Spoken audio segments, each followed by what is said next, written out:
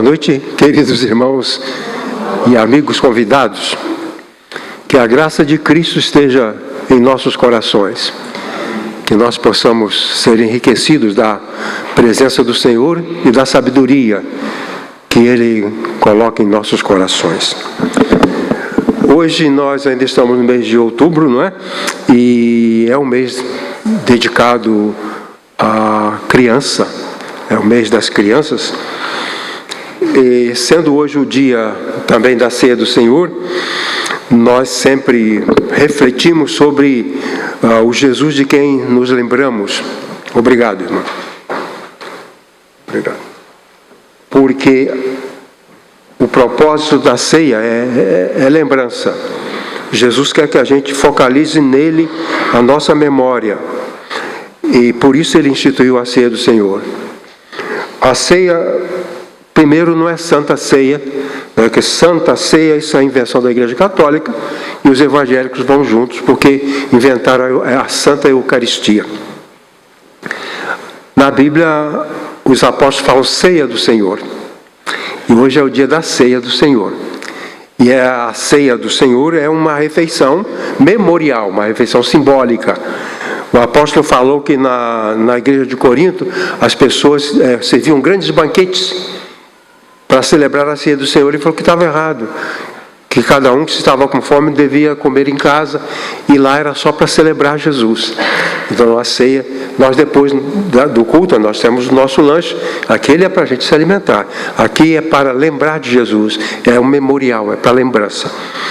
E então, no dia da ceia, por causa disso, eu sempre prego o Jesus de quem nos lembramos, é para lembrar de Jesus. O apóstolo Paulo falou, eu não quero saber de nada a não ser de Jesus.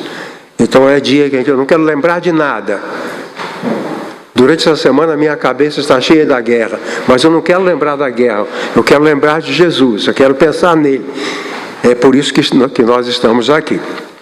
Pois bem, então, o Jesus de quem nos lembramos, ele valorizava as crianças. Então esta é a mensagem. O Jesus de quem nos lembramos hoje, ao celebrar a ceia, ele valorizava as crianças.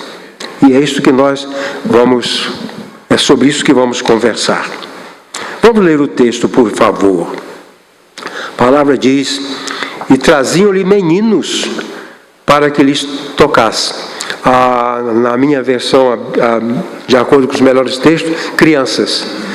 Traziam crianças. Porque quando falam meninos, você pode pensar só no sexo masculino, e criança não.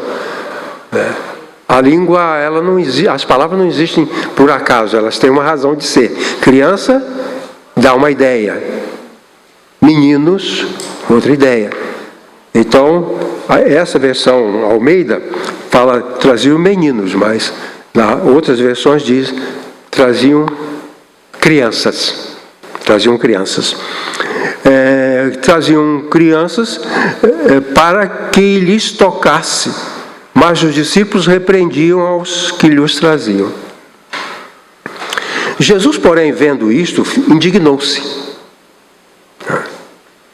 Jesus, algumas vezes, ficou com raiva. Outro dia conversamos sobre isso, né? E Jesus ficou com muita raiva porque os discípulos estavam atrapalhando as crianças de chegarem até ele. Então ele ficou muito indignado. A palavra aqui é uma palavra forte, é uma palavra pesada na língua grega. Ficou com muita raiva, ficou revoltado porque as crianças, os pais queriam trazer as crianças e os discípulos deles que deviam ajudar atrapalhavam, diziam que não era para fazer isso. Deixai vir a mim os meninos, Jesus falou, e não os impeçais, porque dos tais é o reino de Deus. Em verdade vos digo que qualquer que não receber o reino de Deus como menino, de maneira nenhuma entrará nele. E tomando-os nos seus braços, e impondo-lhes as mãos, os abençoou. Então o nosso tema é esse. O Jesus de quem nos lembramos valorizava as crianças. Vamos ver uma foto. Esta pessoa, essa mulher, eu pedi para o André colocar a foto dela menina e depois adulta. Quando a gente olha para uma criança, uma menina ou um menino, a gente não tem ideia do que essa menina ou esse menino vão ser, qual vai ser o significado dessas pessoas, que tipo de cidadão essas pessoas vão ser.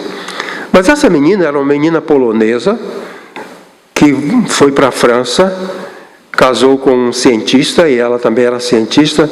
O nome dela é Marie Curie.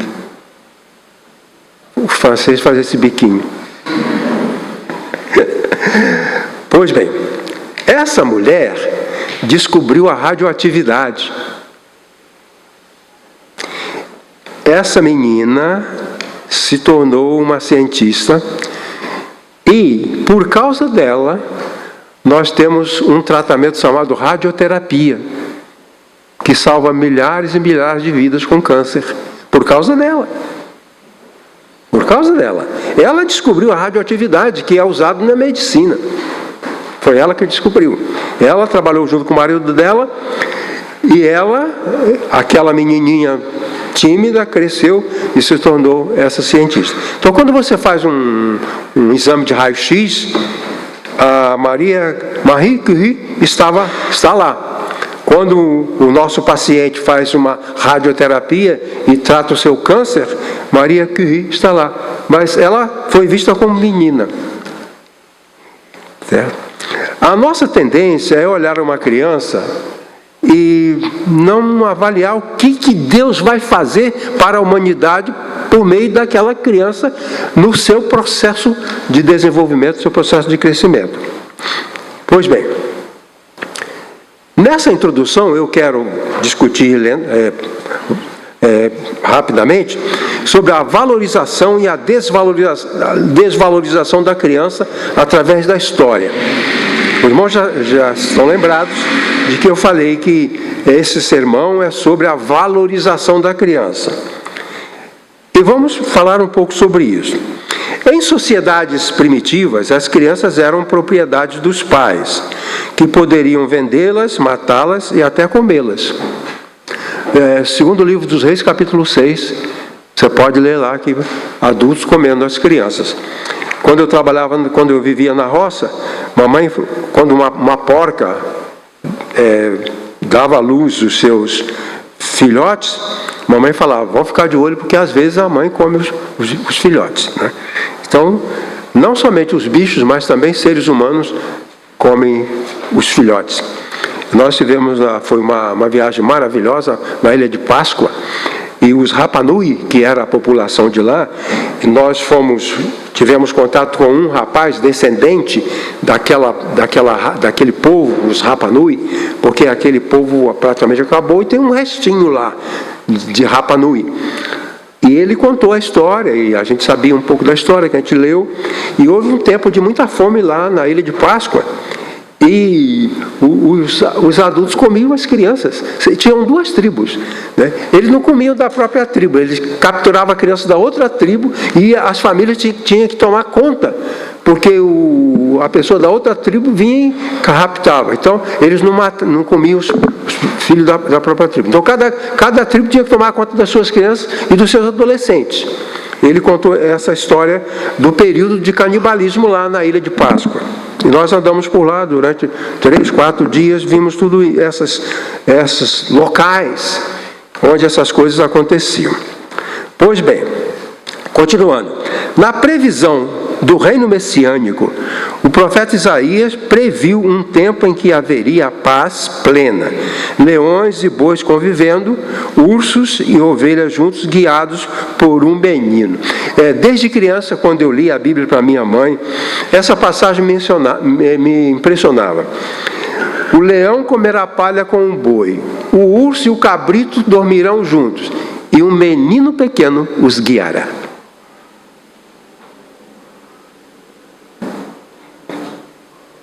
É uma passagem de grande exaltação para uma criança. Quem vai guiar o reino messiânico é um menino. Em Roma, crianças eram desprezadas nas praças e eram criadas para depois serem vendidas como escravos. O Império Romano acabou porque o Império Romano se baseava na força militar. Mas as mulheres não queriam mais criar os bebês.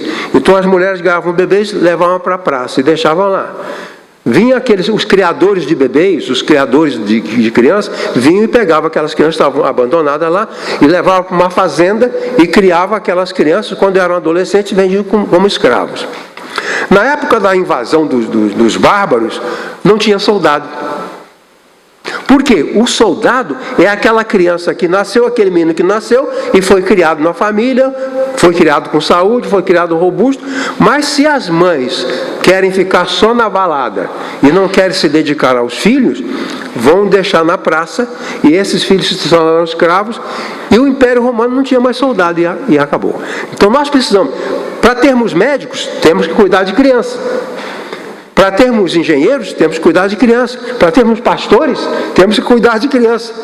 Eu estou aqui porque cuidaram de mim. Se não cuidassem de mim, eu quase morri. Já falei para os irmãos de varíola. Mas me cuidaram. Então, para você ter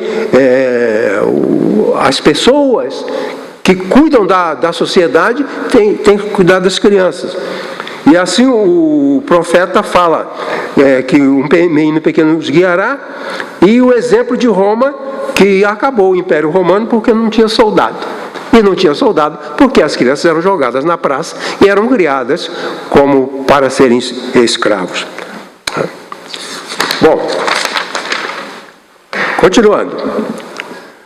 Na época das cruzadas, deixa eu lembrar que as cruzadas eram viagens de guerra. Os europeus queriam tomar Jerusalém, que havia sido dominada pelos mouros, pelos turcos, e os cristãos da Europa mandavam grupos de soldados para guerrear e tirar aqueles invasores de Jerusalém. Então eram as cruzadas. Então, de 1096 a 1270, foram realizadas 8 cruzadas. Quer dizer, eram campanhas militares que iam para Jerusalém para tomar a cidade dos mouros, dos turcos. O problema é que as cruzadas não tinham sucesso. A Igreja Católica, principalmente o Papa e os líderes da Igreja, disseram o seguinte: a gente não consegue tomar Jerusalém dos pagãos porque as pessoas compradas são pecadoras e Deus não dá a vitória. Vamos organizar uma cruzada de crianças inocentes.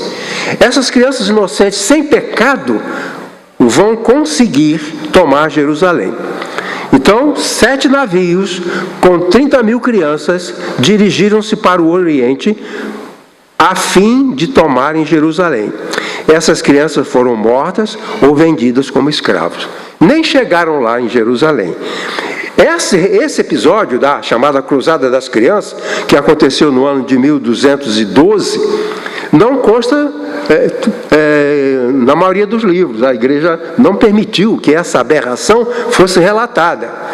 Então, dificilmente você vai encontrar um livro de história que conte essa história da Cruzada das Crianças, porque é uma vergonha na história dos cristãos, que mandaram milhares de crianças para serem mortas com uma fantasia na cabeça.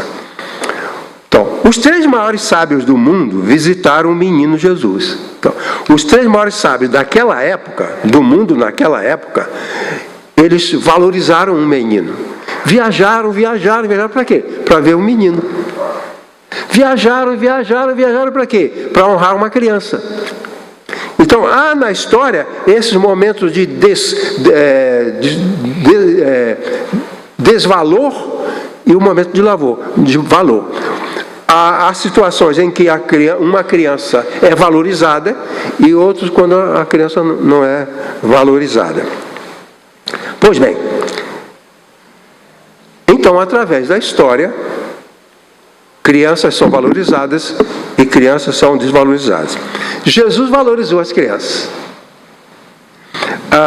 Nos dias de Jesus, haviam grupos que não tinham valor. Por exemplo, crianças não tinham valor, cobradores de impostos não tinham valor, mulheres não tinham valor. Na maior parte dos países, a mulher era propriedade. era propriedade do marido, como se fosse um animal. Ele trocava uma mulher por uma mula, ou trocava por uma carga de vinho. As mulheres eram propriedades. E as crianças também, e os cobradores de impostos também eram desprezados. E as crianças juntos. Jesus valorizou a todas essas pessoas. Não sabe, no templo de Jerusalém tinha um puxado, vou falar um puxado.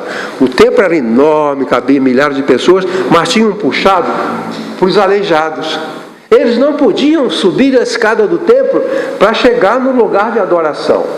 Os judeus subiam com suas ofertas, o sacerdote pegava essas ofertas e apresentava a Deus em nome daquele adorador. Mas o aleijado, o cego, o paralítico, o leproso nem chegar perto da cidade.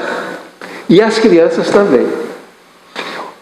Uma certa ocasião, depois você pode procurar no Evangelho, eu não anotei aqui, as crianças estavam cantando. Quem cantava no templo eram os levitas, eles eram pagos para cantar. Eles ganhavam dinheiro para cantar. E os sacerdotes também. Viviam disso. Viviam de cantar e de apresentar sacrifício. E uma vez, as crianças, um grupo de crianças resolveu cantar. E o sacerdote percebeu que Jesus estava ali no meio. E chamou Jesus e falou: manda essas crianças calar a boca. Criança não canta aqui. Criança não canta aqui.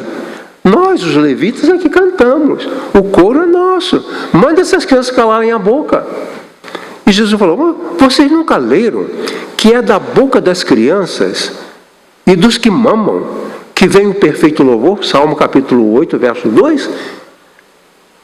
Da boca das crianças e dos que mamam Deus recebe o perfeito louvor.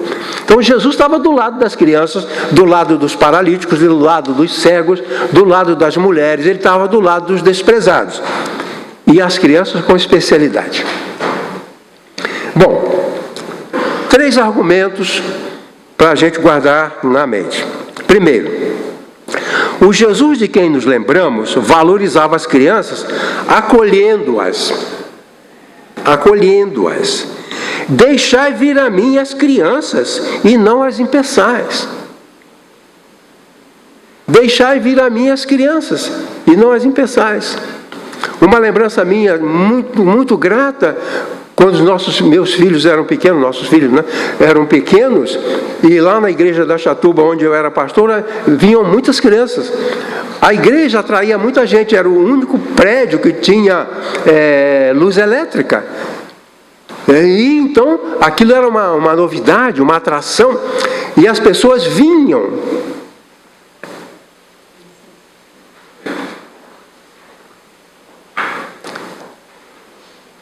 E às vezes havia tantas crianças que não cabiam.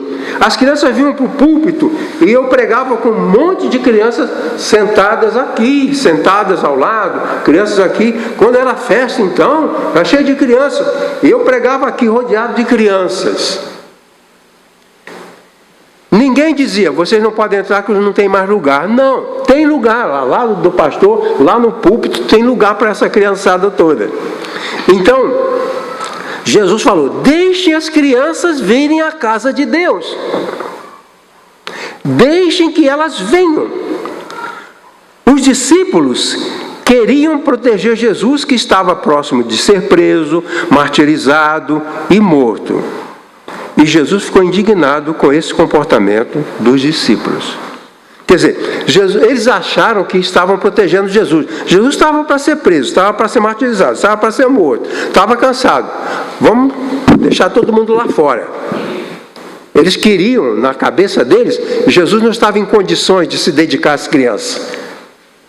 Se não estava em condições de se dedicar às crianças, então estavam impedindo. Jesus falou: não, deixem vir. E o texto diz que Jesus ficou com raiva, ficou indignado com aquele comportamento. Eu acho que Deus vai ficar sempre indignado quando o nosso comportamento for de afastar a criança do bem que ela precisa e de que ela merece. Quando nós tomarmos qualquer atitude que impeça a criança de alcançar uma coisa boa, Jesus vai ficar com raiva, vai ficar indignado. E ele diz, não, deixe as crianças virem aqui, deixem elas virem para estarem aqui. 3 comentários. Para acolher as crianças, precisamos vencer barreiras causadas por nossas incompetências físicas ou emocionais. Às vezes uma mãe não é boa mãe porque ela está doente, está deprimida, ela não valoriza o seu filho porque ela está mal, ela é mal amada. Eu uma vez estava mostrando assim, a criança vem ao mundo, ela é vazia de amor. Aqui está a mãe é supridora de amor. Mas essa mãe tem que receber esse amor de algum lugar. Aqui está o pai. O pai ama a mãe ama o filho. É a distribuição do afeto. Agora, a mãe não amada, que não recebe o amor procedente do pai, dos seus filhos, ela também está vazia. E por isso fica mais difícil para ela. Ela está com rancor, ela se sente humilhada, ela se sente desprezada, o marido não dá a mínima, está bebendo cachaça na rua, e ela tomando conta daquelas crianças, ela fica prisioneira das emoções negativas. E isso tem que ser vencido. Claro, Jesus estava mal emocionalmente. Ele estava sobrecarregado de emoções negativas. Mas essas emoções negativas precisam ser vencidas. A mãe deprimida, ainda assim, é mãe. A mãe desprezada pelo pai dos seus filhos, ainda assim é mãe. Então, Jesus está ali numa situação de desconforto, mas ainda assim ele superou, e ele disse, é verdade, eu estou para ser preso, morto, castigado e morto, maltratado e morto, mas eu quero, ainda assim eu posso acolher crianças. Segundo, para acolher as crianças, precisamos vencer barreiras causadas pelas próprias condições das crianças.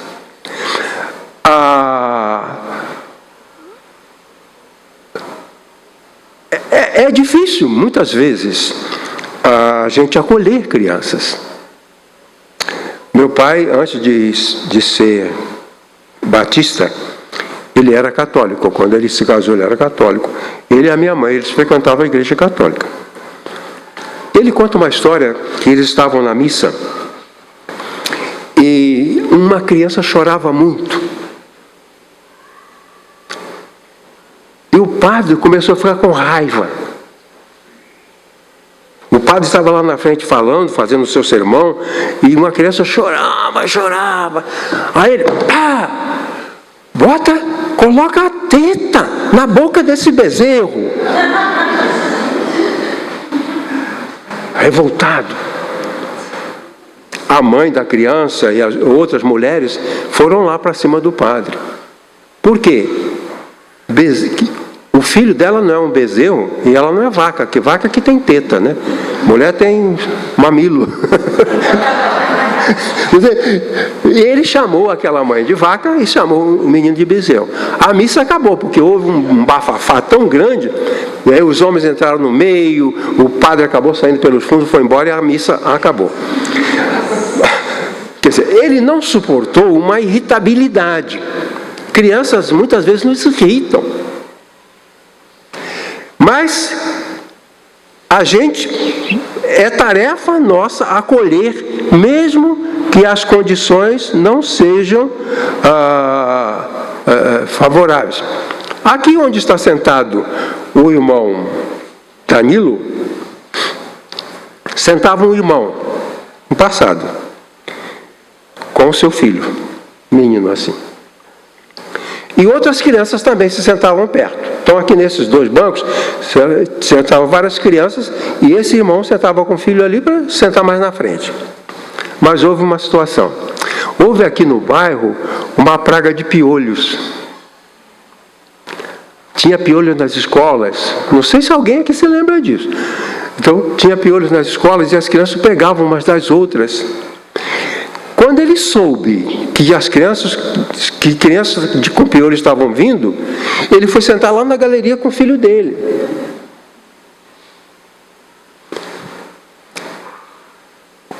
quando chegavam cegos, os sacerdotes mandavam colocar lá na casinha. Cego e aleijado mandavam colocar lá na casinha. Jesus não. Vem cá, curava, vai para o culto. Jesus fazia isso. Então, a criança que vem à igreja com piolho não deve ser motivo para a gente se afastar. É motivo para a gente se aproximar dela e procurar um jeito dela ser tratada. Porque é um problema de saúde. É um problema de higiene. Então, se eu não quero que o meu filho pegue piolho das outras crianças, eu vou tomar uma providência para que essas crianças sejam tratadas. Você estava naquele tempo, se teve piolho? Quando fica rindo com essa cara assim, eu penso que ele está lembrando desse lance. Então, não vou ler. As crianças têm piolho, eu sento lá na galeria. O meu filho, para o meu filho não pegar piolho. Então Jesus não fazia isso. Ele disse: vocês estão com piolho, vamos curar isso e vocês fiquem adorando. Você é aleijado, está com um abscesso, não pode entrar no templo, eu vou curar vocês e vocês vão adorar.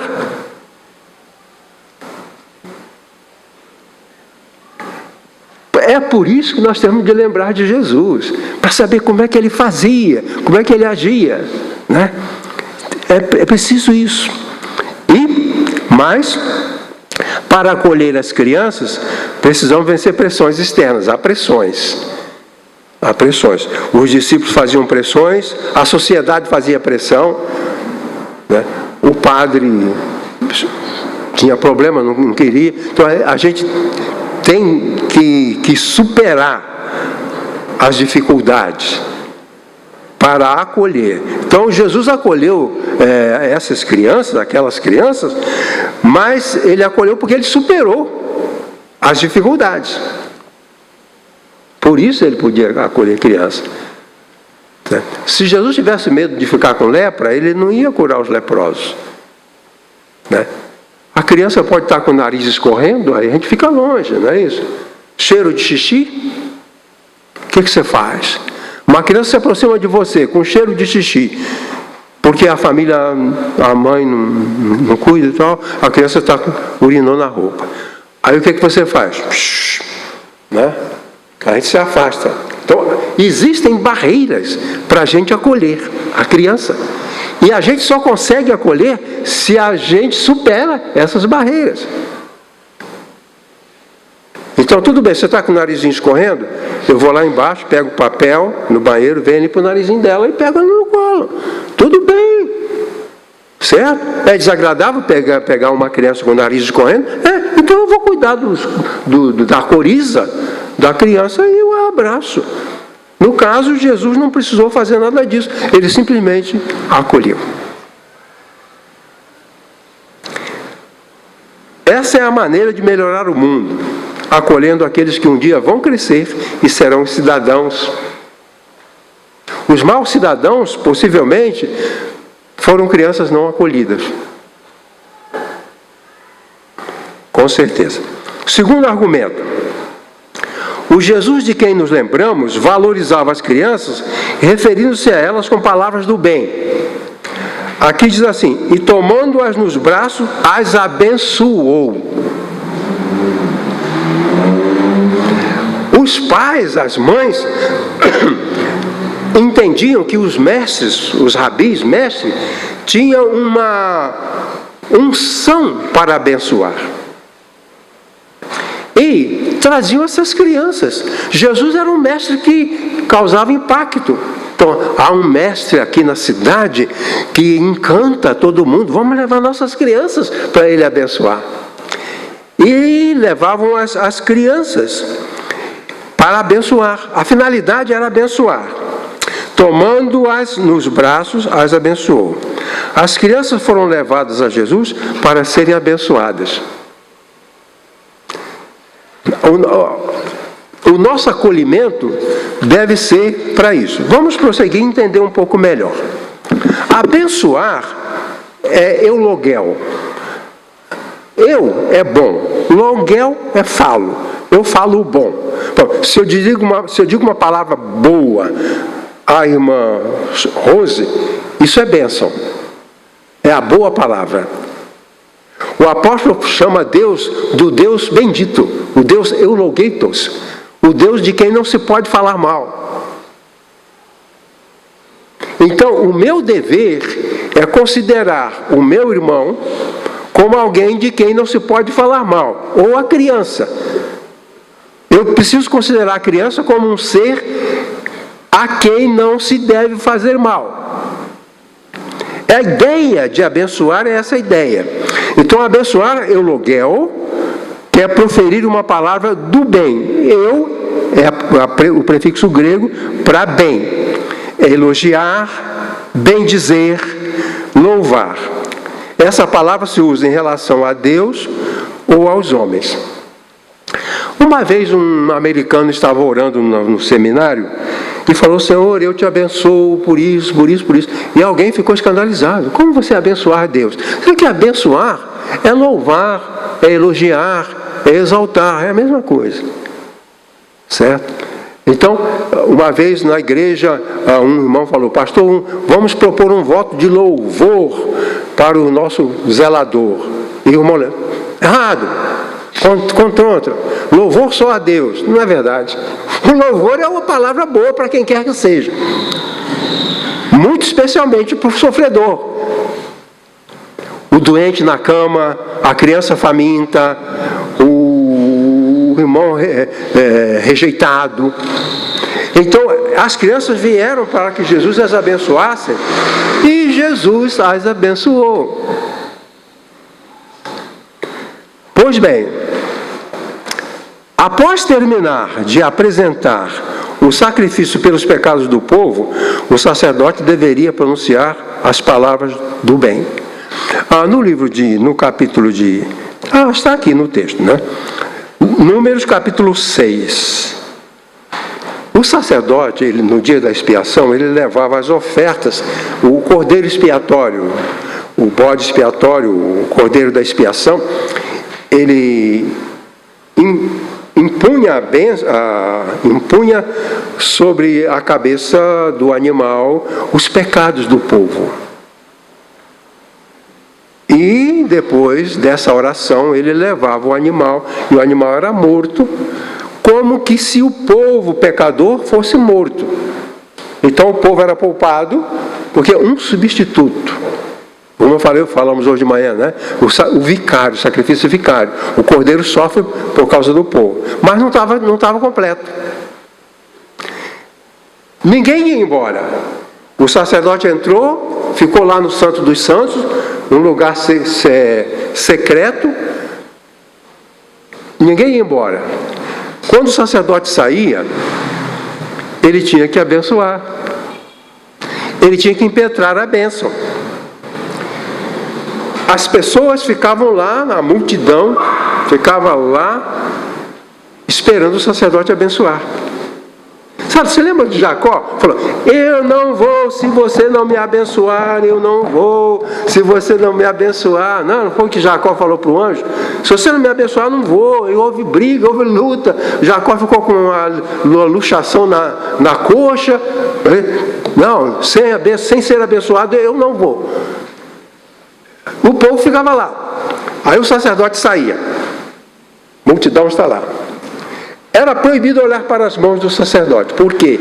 Eles acreditavam que Deus estava nas mãos do sacerdote. Deus estava nas mãos. Então não se podia olhar para Deus. E ele conta: o Senhor te abençoe e te guarde. A multidão está lá. O Senhor faça resplandecer o seu rosto sobre ti e tenha misericórdia de ti. Bom, ele falava em hebraico. O Senhor sobre ti levante o seu rosto e te dê a paz. Amém. Aí o povo ia embora. Só depois da bênção. Havia um medo que o sacerdote morresse. Se ele estivesse em pecado, ele ia morrer lá dentro. E não ia ter ninguém para impetrar a bênção. E eles ficavam aflitos. E se ele morre e não tem ninguém para abençoar, como é que nós vamos passar mais um ano de lutas, dificuldades, de fraquezas, de pecados? Pois bem, Continuando. Muitas crianças são rotuladas com palavras do mal. Então, a bênção é a palavra do bem. A maldição é a palavra do mal. Se o sacerdote pronuncia a palavra boa sobre o povo, isso é bênção. Mas se ele pronuncia, vai haver chuva, vai haver enchente, crianças vão morrer, virá guerra, isso é maldição. Isso seria maldição. Então, muitas crianças são rotuladas com palavras do mal, o que contribui para danos nas suas personalidades. Quando assumem tal rótulo, isso é maldição. O menininho estava ali, 7, 8 anos, franzino, magrinho. Eu pedi a ele para fazer alguma coisa, para pegar um papel no chão, alguma coisa. Ele foi e pegou. Eu falei, muito obrigado, você é um bom menino. Ele falou, não, não sou não. Meu pai falou que eu não presto. Coisa, né? Meu pai falou que eu não presto. Eu falei, não, não é verdade, você é um bom menino, você me obedeceu, você fez o que eu te pedi, você é um bom menino. Mas meu pai disse que eu não presto. Eu falei, você está indo à escola? Estou indo à escola, mas não aprendo nada não. Eu não consigo aprender a ler nem escrever. Minha mãe falou que eu sou burro, que eu não vou aprender nada. Isso é maldição. Isso é maldição. Paulo diz assim, abençoai e não amaldiçoeis. Quer dizer, compete ao seguidor de Cristo pronunciar a palavra boa, a eulogia, o elogio, o louvor, a bênção. E foi o que Jesus fez. Ele pegou aquelas crianças, na presença dos pais, começou a falar coisas boas. Começou a falar coisas boas. Luiz Vaz de Camões conta a história que a esquadra de navios passou pelo Cabo das Tormentas, no sul do continente africano, no lugar onde os navios afundavam. O lugar onde os navios afundavam. E quando a esquadra de portuguesa passou por ali, o navio balançou, quase que afundou. Quando passou tudo, ele disse que ele se ajoelhou e levantou a voz para o céu. Porque naquele cabo das tormentas, havia uma criatura que jogava praga nos viajantes. Então, o gigante Adamastor,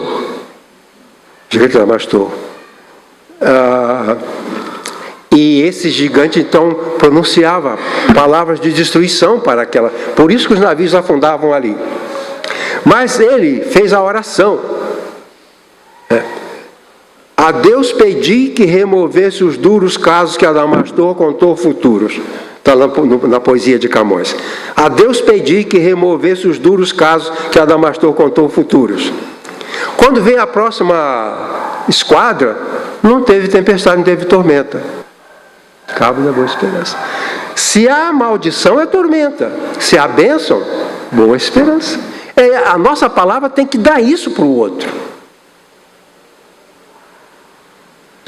Por quê? Se eu suponho uma desgraça na vida de alguém, vou pedir a Deus para remover aquilo, aquela maldição, e impetrar a bênção.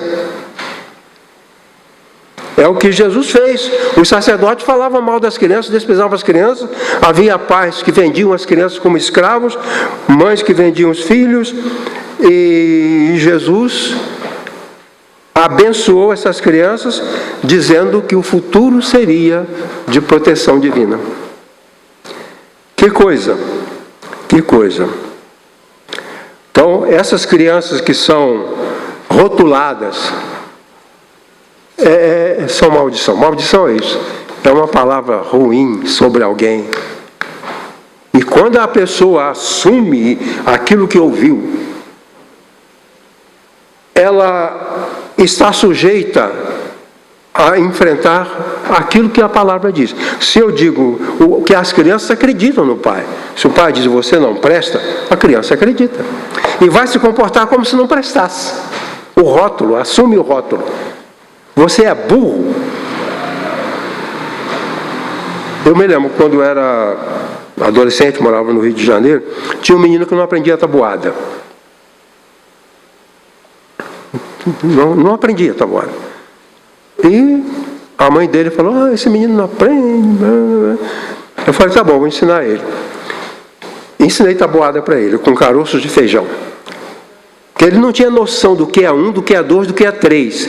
Mas quando eu coloquei os feijões, ele viu que 3 é diferente de 2, e 6 é diferente de 4. E ele escapou do rótulo, porque aprendeu. Então, o que nós precisamos fazer é abençoar, dar a palavra boa, dar a palavra de esperança, dar a palavra do bem. Bom, vamos prosseguir aqui para chegar para o final. Meu terceiro argumento é, o Jesus de quem nos lembramos valorizava as crianças tocando nelas. Tocando nelas. O texto diz, tocando com afeto, né? Pode tocar com raiva. E tomando-as em seus braços, ele tomou as crianças nos seus braços. Ele pegou as crianças nos seus braços. Uma de cada vez, possivelmente. O livro, As 5 Linguagens do Amor, menciona o toque físico como uma poderosa linguagem de amor. Toques, abraços, beijos, carinhos. Vamos imaginar que uma pessoa seja convidada para trabalhar com ministério infantil. Uma irmã para trabalhar no ministério infantil. Ela não sabe cantar os corinhos das crianças. Ela não sabe ensinar. Ela mesma não foi instruída. Mas ela pode ir lá. E se uma criança se aproxima abraçando as suas pernas, ela está lá. Ela está lá. Então, mesmo uma pessoa que não sabe nada de criança, que não tem nada de pedagogia, deve estar disposta a abraçar. Isso é cura. Isso é cura. E isso, digamos, neutraliza a maldição. A criança, ela se sente, ela precisa do toque. Ela precisa do toque para que ela possa sentir o mundo, sentir a vida. A vida para a criança é o toque. Por isso que ela entra em desespero quando não tem ninguém para tocar. Às vezes ela está chorando, é só alguém tocar. Ela se acalma porque precisava do toque. Então Jesus pegou as crianças e tocou essas lá no Rio, uma vez, foi um pastor na nossa igreja, ele foi visitar, ele foi com o filho. Pastor Jair, era o nome dele, pastor Jair, aquele pequenininho. E ele foi lá e levou o filho. Eu ficava na porta da igreja, no final, e abraçava as pessoas. E abraçava as crianças. E beijava as crianças. O pastor foi embora com o filho. Na segunda-feira eu encontrei com a mãe daquele menino. Ele disse, pastor, o meu filho, quando ele foi chegando em casa, soltou da mão do pai, foi correndo, mãe, o pastor me beijou, o pastor me beijou, numa euforia.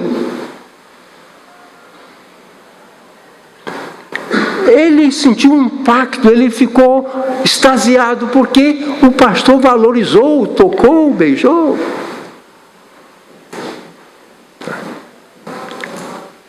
O menino E a mãe ficou impressionada de como, porque ele ia na igreja, onde ele ia na igreja, não era tocado, não era beijado, ninguém falava nada com ele, e ele precisava disso, né?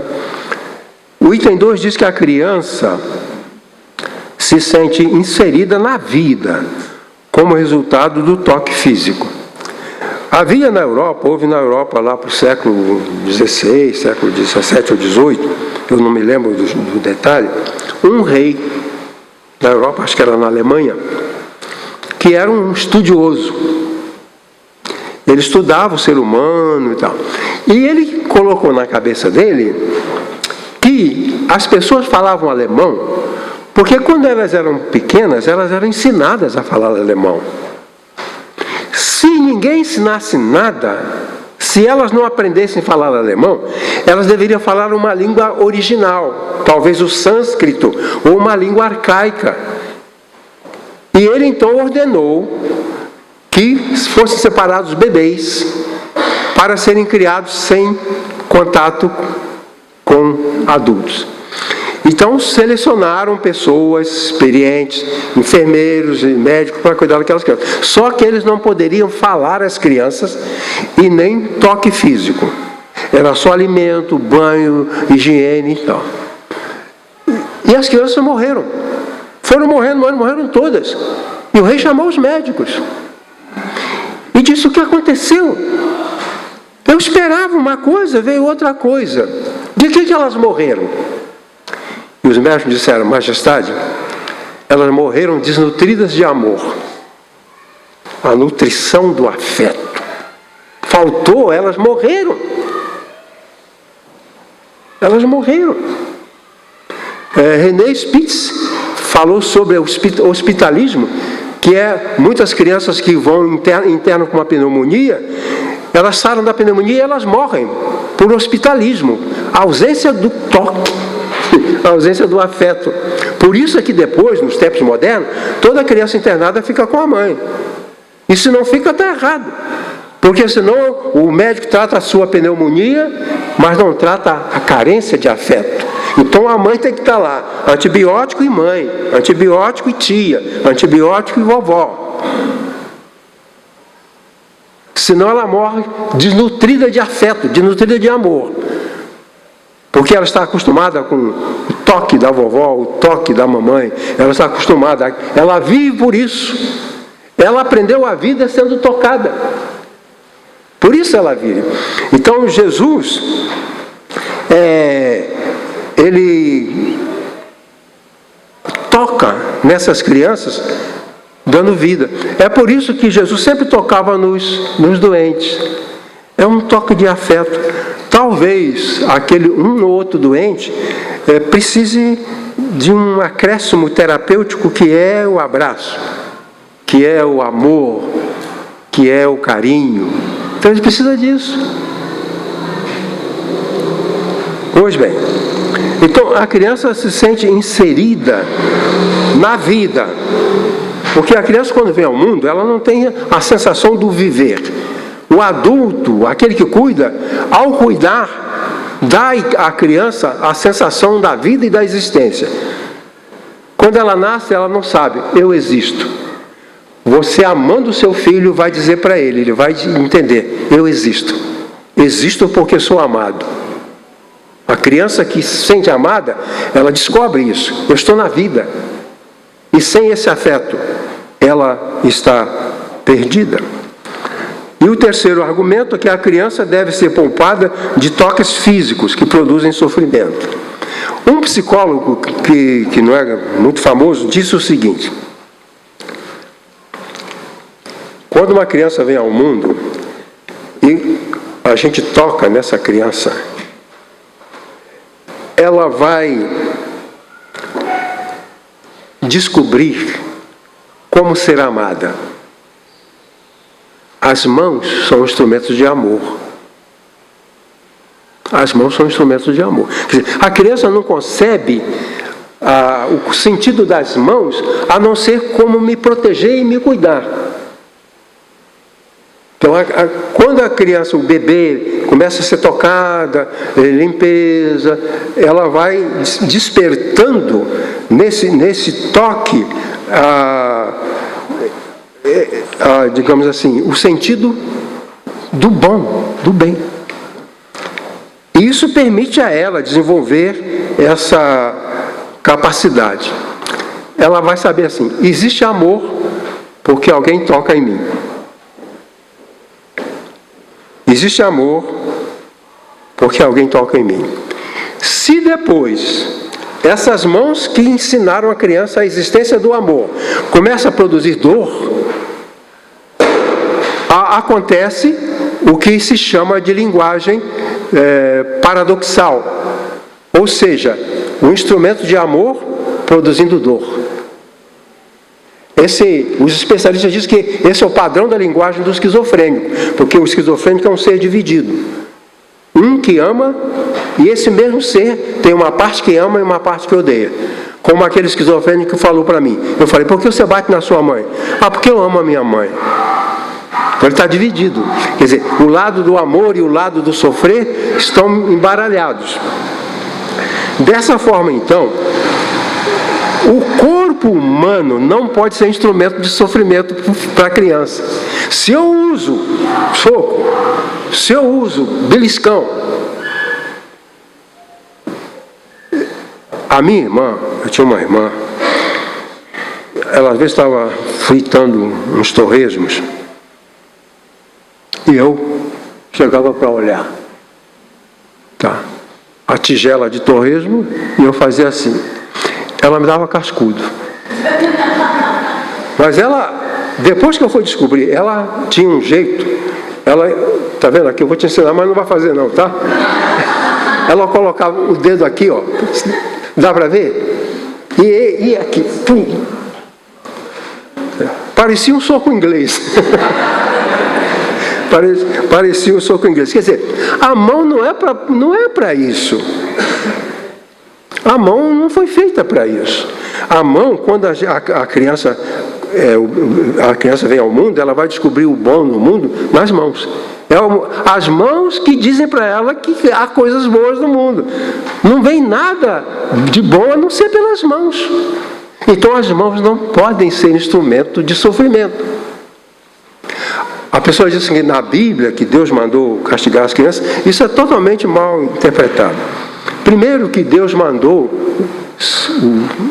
que a criança precisasse da vara. Da vara. Não mandou dar soco, pontapé, cascudo. Não. A criança seria punida, e é necessário, com um instrumento neutro. As mãos não são um instrumento neutro. As mãos são instrumentos carregados de afeto, carregados de sentimento.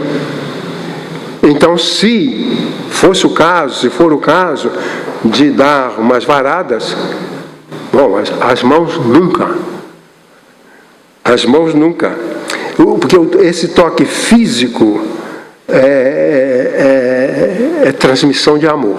Havia um professor aqui, era um professor da Palavra da Vida, e ele estava contando como é que fazia, né? Ele ficava, a semana ficava fora, lá na Palavra da Vida, e ele era professor. Incrível, né? Na área de aconselhamento. Eles faziam o seguinte: durante a semana, os filhos dele, conforme eles cometiam delitos, a esposa anotava. Robertinho, terça-feira, às 15 horas, quebrou um copo. Anotava aqui. E anotava tudo. Quando o marido chegava, via os delitos. Aí chamava o Robertinho e os outros, cada um na sua ordem. E disse: filho, você fez isso, desobedeceu sua mãe, o papai vai ter que te castigar. Porque você violou, você desobedeceu, o papai vai ter que castigar. Mas é por amor. Eu te amo, eu te castigo porque te amo. Irmão, isso é coisa de maluco. Isso é coisa de doido. Um dia, ele chegou em casa, estava muito cansado, com dor de cabeça, enxaqueca, não pegou a lista dos pecados dos filhos para castigar os filhos, e não castigou. Porque estava muito cansado, não estava muito bem, ele não castigou as crianças. E o filho mais velho chegou para o pai: pai, o senhor não me ama mais?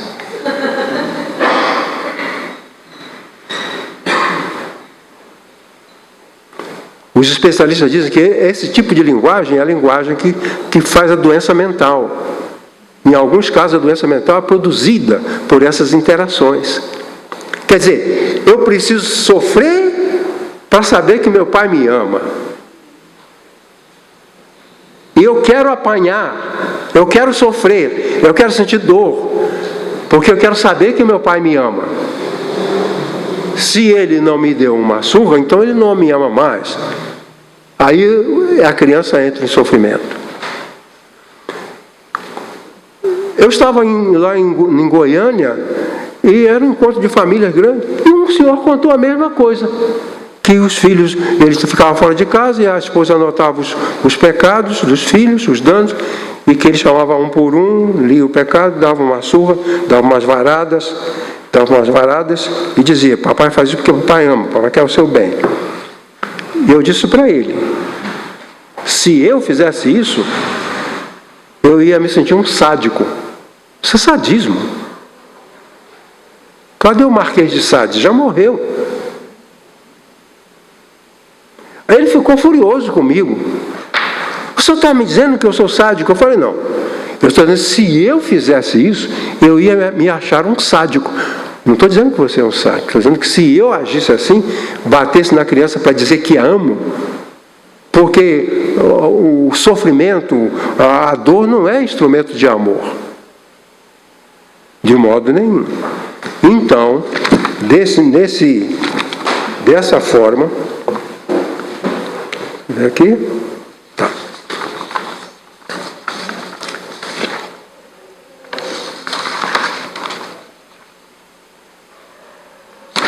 Bom, então a criança deve ser poupada de toques físicos que produzem sofrimento.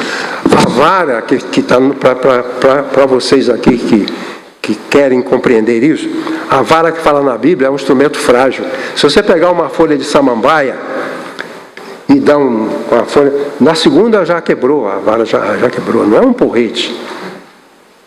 Vara é um instrumento frágil que vai quebrar antes de eu machucar meu filho. Estou com raiva, vou castigá-lo, não porque é melhor para ele, mas porque eu quero descarregar a minha raiva. A gente não bate no filho porque quer corrigi-lo. A gente bate porque está com raiva. Se eu não estiver com raiva, o filho não apanha. É a raiva. Então, nesse caso, se eu estiver com raiva, e eu estou com raiva, dou umas varadas, já quebrou a vara. Já fez, eu não vou ferir o meu filho. A vara que recomenda na Bíblia é isso. É um instrumento frágil que quebra à toa. Não um porrete ou um cinto de couro que deixa marca. Biblicamente a vara é isso. A vara não deixa marca. Se há um sofrimento, que não seja nada produzido pelo meu corpo. Nem pela minha cabeça, nem pela minha boca. Eu conheci uma mulher que mordia os filhos, né? Esposa de um pastor, coitado. As crianças estavam sempre indo no pediatra, com marcas. Até que o pediatra falou: essa criança é mordida. Aí ele ficou de olho e viu a mulher mordendo os filhos. Nem com vara, nem com soco, nem com esse soco inglês, caipira.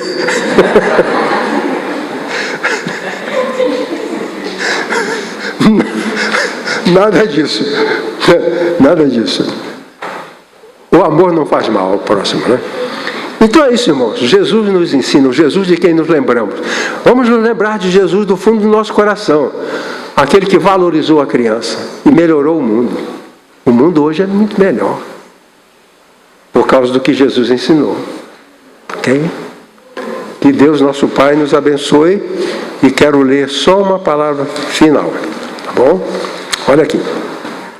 Pelo que vimos, Jesus deu prioridade às crianças, declarando que são elas perfeitamente adequadas para o reino de Deus. Certo? Se as crianças são adequadas para o reino de Deus, o que eu posso fazer? Não tem que fazer muita coisa. Ela já é adequada. Ela já está destinada ao reino. Ela já é preciosa para Deus, com a sua infantilidade. Então, que Deus nos ajude a valorizar as crianças, como Jesus, de quem nos lembramos. Eu menti, eu vou falar mais uma coisa.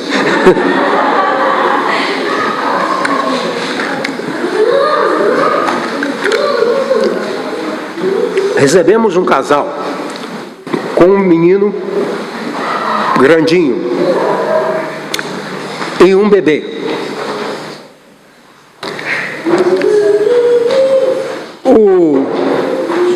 O bebê de colo e o outro menino grandinho.